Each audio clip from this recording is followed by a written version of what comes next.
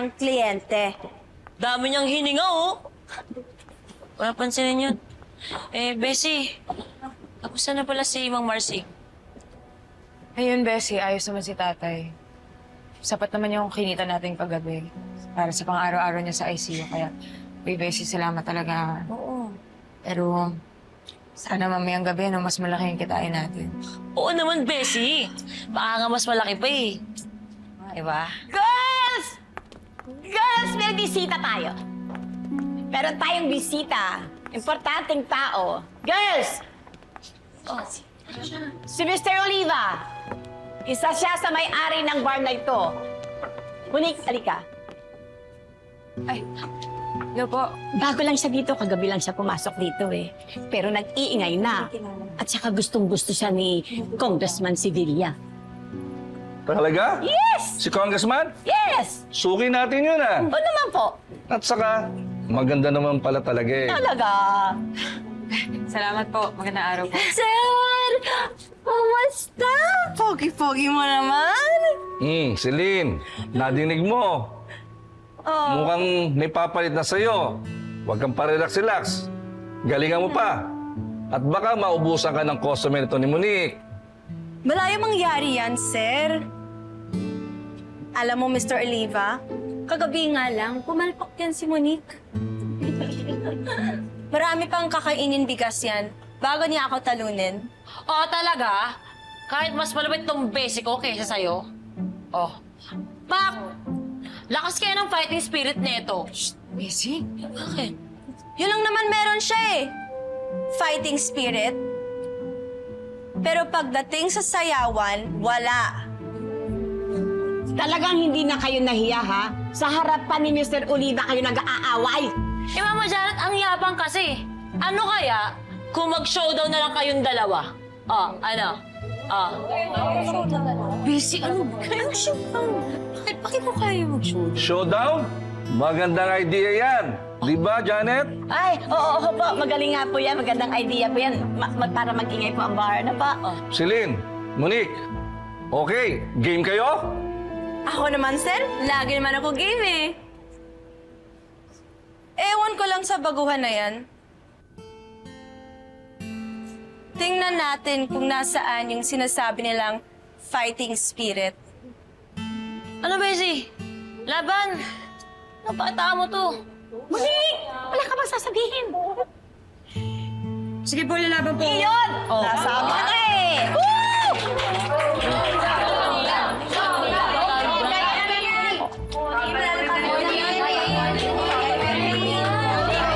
Ayos, ayos.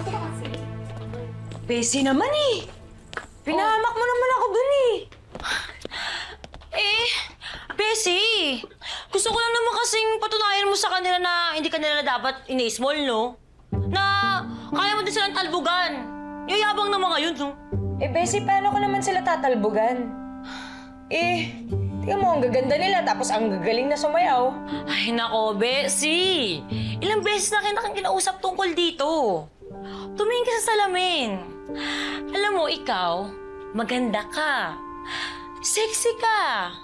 At saka, alam mo ba kung anong meron ka na wala sila? Karisma. Diba yung karisma mo? Yan ang panlaban mo. Nag-iisa ka. Diba? Kaya huwag mong winawala-wala yung karisma mo, ha? Gamitin mo yan. Kung naisipin yung mga yun, mga pilapil. Mga pilingere, no? Kaya mo sila. Best friend ka rin, ha? Totoo kasi. Wala kang tiwala sa sarili mo eh. Oh. Wala pang makeup yan, ha? Ay, naman.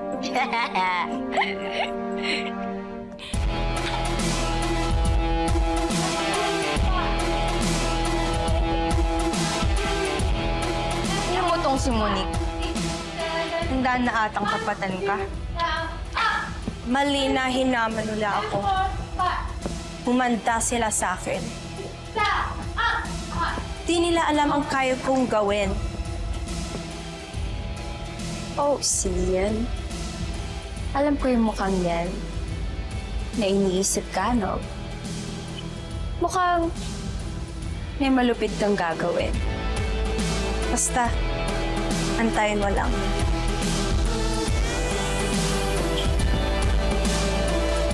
Ano ba yan, Bessie? Oh. Nakakapagod pag ganitong katatos. Kailangan ba talaga nakatakong? Ba yan? Eh ano? Ilan mo na lang kaya natin yan? Oh, sige, sige. Gutom na gutom din ako. Ako din. Anong kakain natin? Gusto kong magkanin. Sige na. Kanina naman, ang taba ko na eh. Wah, hindi ka na ho.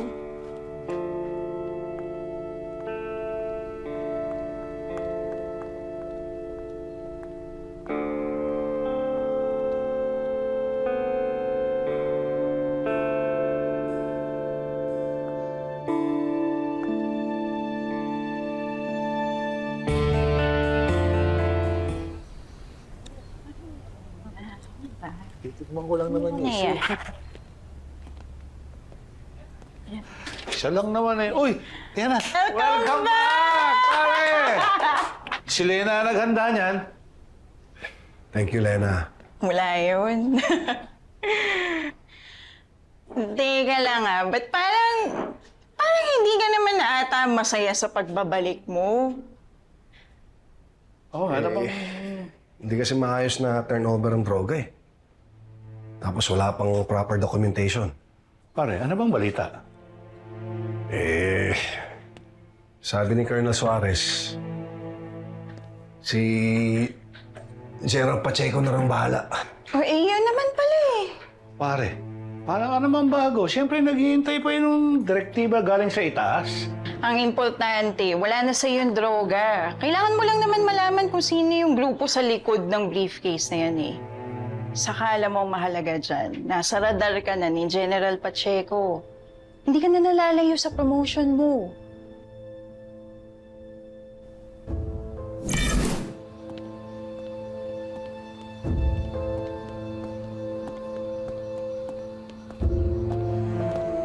Mrs. Singh,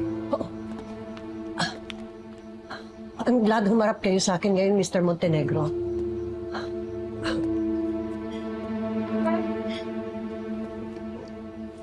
Mr. Montenegro, your nephew promised them freedom. What happened? Greg is dead. I'm sorry for your loss. Huwag kayong mag-alala. Tuloy pa rin ang pagtulong namin sa pagtakas ni Angko.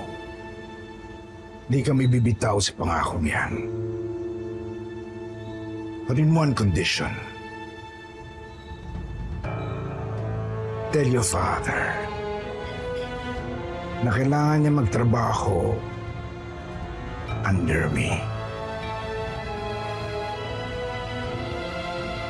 Na lahat ng iutos ko, susundin niya. Catherine, take it or leave it.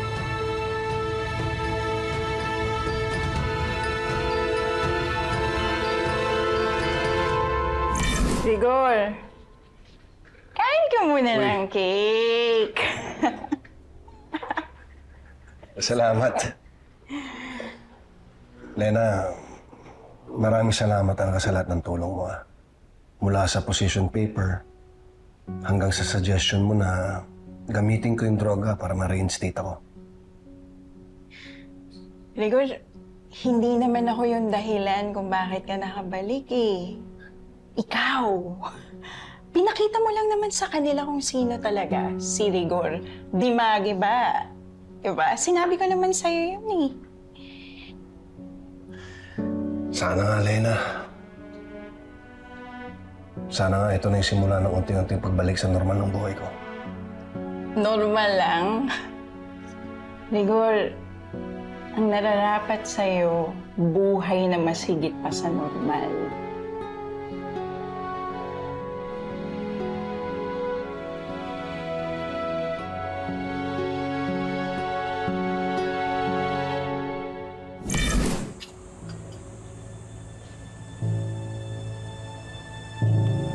Boss. Saan tayo? Quiapo.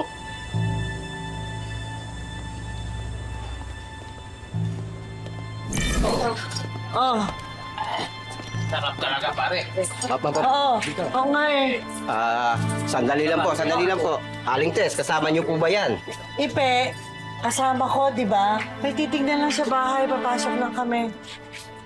Aling Tess, hindi ho tayo pwedeng magpapasok ng tagalabas. Ipe, bisita ko naman yan eh. At saka wala namang gagawin yan eh. Ako nang bahala, sagot ko na yan. Ha? Alam niyo naman po ang nangyari sa atin, di ho ba? Alam ko, Ipe, pero bisita ko eh. Sandali lang naman, tapos ihatid ko rin palabas, ha? Sandali ho. Gusto niyo po, inspeksyonin ho muna namin yung bag niya bago ho namin siya papasukin. Oo naman, okay lang yun. Beng, okay lang ba? Pasensya na, ha? Oo, okay lang. Walang problema. Sige. Ma'am, inspeksyon lang po ha. Tama. Okay. Ayos naman eh. Sige. Papasukin niyo na. Padaanin niyo. Ako magdadala ng gulo dito. Babae Sige po. Pasensya na po. Sige po. Sige, salamat, Ipe, ha? Salamat. Pasensya na rin po kayo. Oo, sige. Tara. Balik sa tagay. Pasensya na, ha? Okay lang. Halika, dito tayo.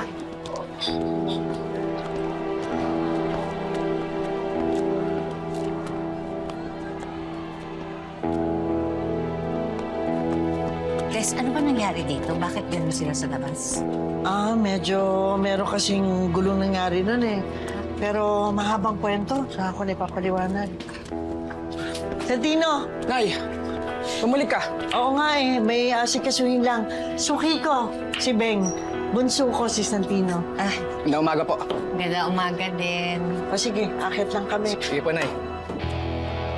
Halika, Beng, pasok. Pasensya ka na ha, medyo magulong bahay kasi nga dahil dun sa nangyari. Pero okay lang yan. Halika, pasok, Beng. Tuloy. Anong gusto mo? Tubig? Kape? Ay, tubig na lang. Pasensya ka na, yun lang maalo ko, ha? Walang problema.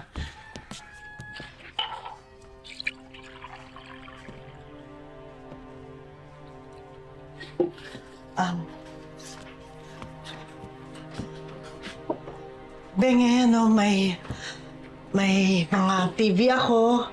Yung mga lumang speakers. Ito naman, may sewing machine. Pwede pa yan. Tess, masyado ng luma eh. Hindi ko na rin magagamit. Ako paano kaya yan? David, ano ginagawa mo dito? Kukuha ko ng gamit ni Camille. Si Beng, suki ko sa palengke. Hello? Nay, pinunta ko na pala yung magulang ni Camila. Huwag niyo na ang puntahan. Ano sabi nila? Kalimutan na lang daw sila. Responsibilidad ko si Camille. Yun yung sabi nila. Tama naman, anak. Nay, tama na. Tama na rin. Ulit-ulit kayo eh. Wala nang inaasahan sa inyo eh. David! Ano?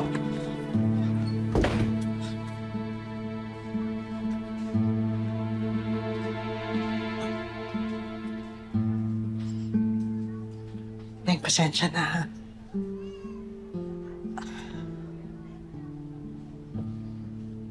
Ang dami lang kasi problema ng pamilya ko ngayon.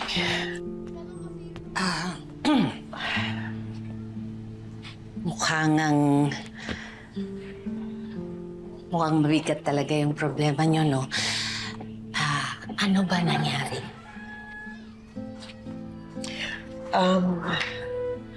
Yung ano kasi nabuntis yung girlfriend niya kinailangan namin dalhin sa ospital kasi dinugo. Ang totoo niyan, kaya nga ako umuutang sa'yo.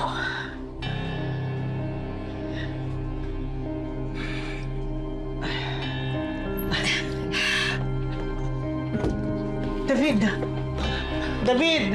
Anak!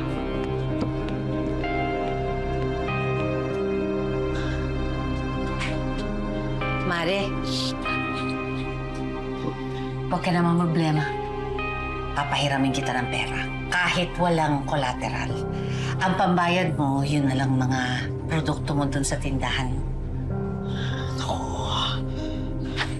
Bek, salamat ha. Salamat talaga, tsaka pasensya na ha. Hulog ka ng langit sa akin. Huwag ka muna magpasalamat. Utang yun. Kaya dapat paghandaan mo kasi balang araw, maniningil ako. Ay, dapat pala magkaroon tayo ng kasulatan. Di ba?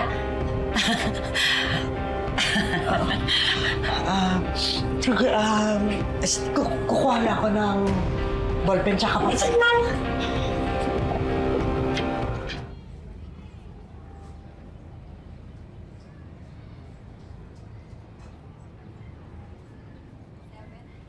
Tingnan. Ano? Katulog ka ba ng mahimbing? Nalambutan ka ba dyan sa higaan mo? Lucio, ano bang plano niyo sa akin? Ano pang gagawin niyo? Si Supremo nang bahala sa'yo. Hinihintay na lang namin kung anong desisyon niya. Pasensya na, Amanda. Winantot rin niyo kasi kami. Kung binigay niyo lang ang pera ng maayos, di na tayo umabot sa ganitong sitwasyon. Kilala mo ako, Lucio. Kahit noon pa, matagal tayong magkasama. Hindi ko gustong gawin yun sa inyo. Naisahan niya kayo. Eh, yun na nga eh. Kilala kita. Ikaw ang nag-traitor sa amin ni Supremo. Buti na lang nakatakas ako. Kung hindi, 20 taon din ako nakulong. Kung akong tatanungin mo, kapag nakuha ko yung pera, papatay na kita.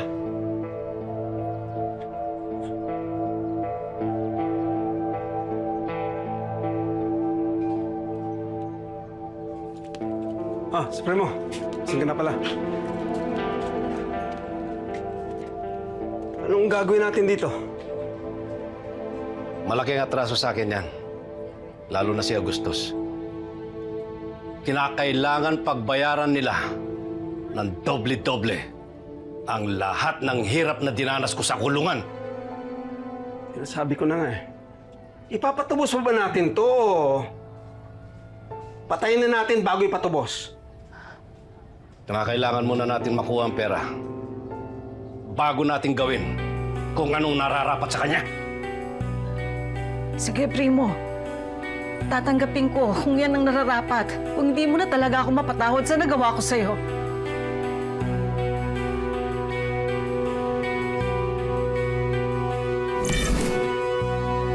Papunta na ako dyan. Siguraduhin mo na handa ng mga tao mo. Hindi na dapat makawala ang mga dagang dingding na yan. Tayo na!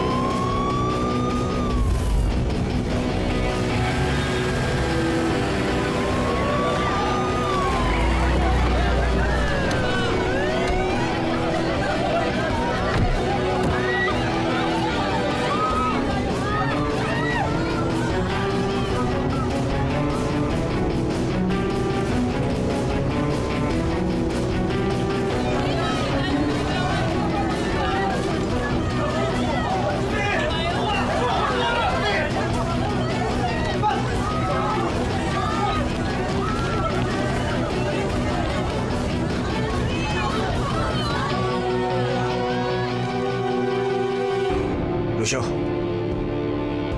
basta kung anong plano niyo dito sa babaeng to, labas kami dyan, ha?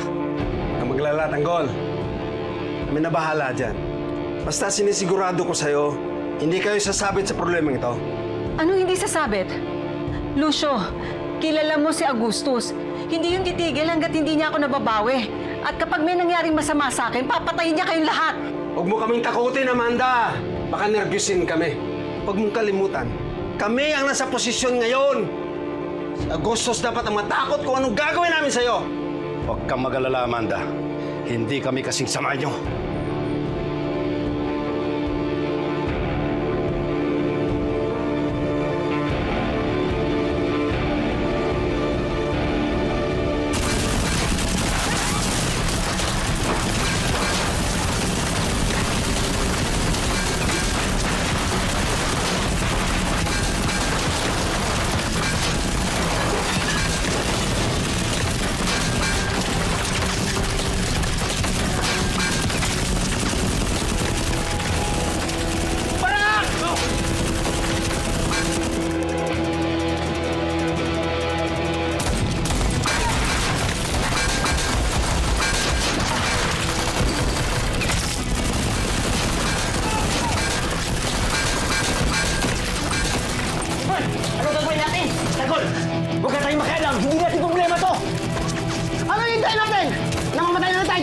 na hindi tayo lalaban!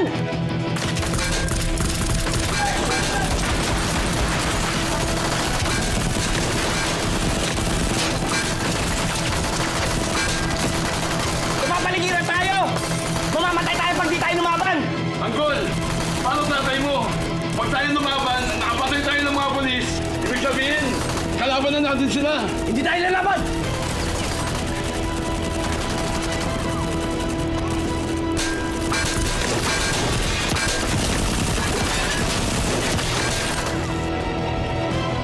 Hola!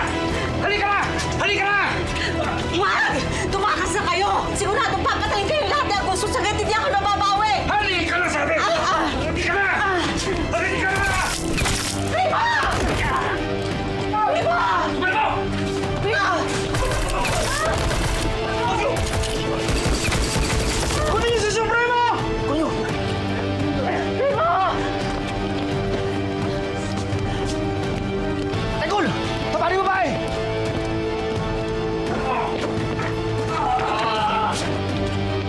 Pakawalan natin! Labas tayo sa away na to! Tara na!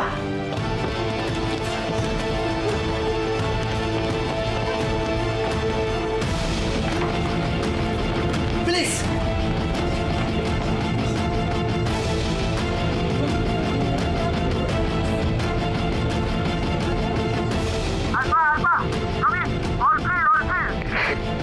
Copy. Sir, all clear. Good job.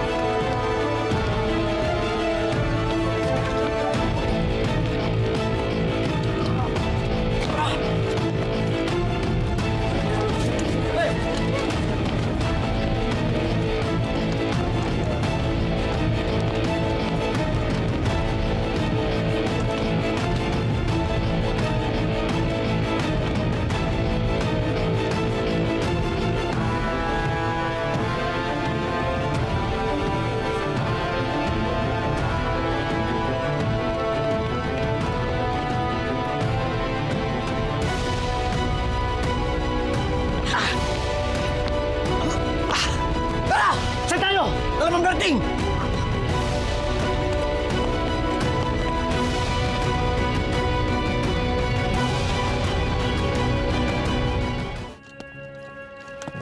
Tulong!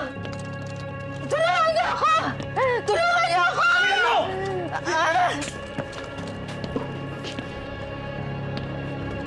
May buhay pa dito!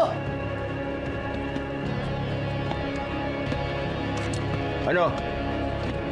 Patay ba lahat? Sir, may isang buhay.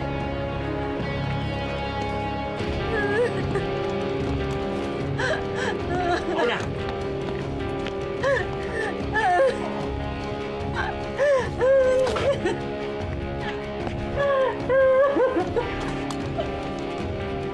Mabuti wala nangyari sa'yo masama. Papatayin na nila ako. Mabuti na lang dumating kayo.